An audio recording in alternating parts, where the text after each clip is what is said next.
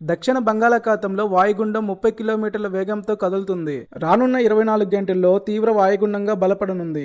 దీని ప్రభావంతో రేపు ఎల్లుండి నెల్లూరు, చిత్తూరు, తిరుపతి జిల్లాలలో మోస్తారు నుంచి అతి భారీ వర్షాలు కురవనున్నాయి. రష్యా నుంచి బయలుదేరిన సుఖాయ్ సూపర్ జెట్ 100 విమానం టర్కియాలోని అంటల్యా ఎయిర్పోర్ట్లో ల్యాండ్ అవుతుండగా ఇంజిన్లో మంటలు చెలరేగాయి. అధికారులు వేగంగా స్పందించి అందరి ప్రాణాలు కాపాడారు. పాక్ రాజధాని ఇస్లామాబాద్లో పరిస్థితులు ఉధృతంగా మారాయి.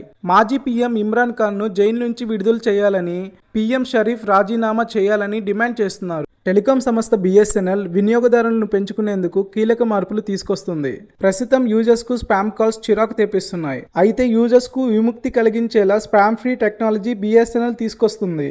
పెర్త్ వేదికగా జరిగిన తొలి టెస్టులో ఆస్ట్రేలియాపై భారత్ 295 పరుగుల తేడాతో ఘన విజయం సాధించింది.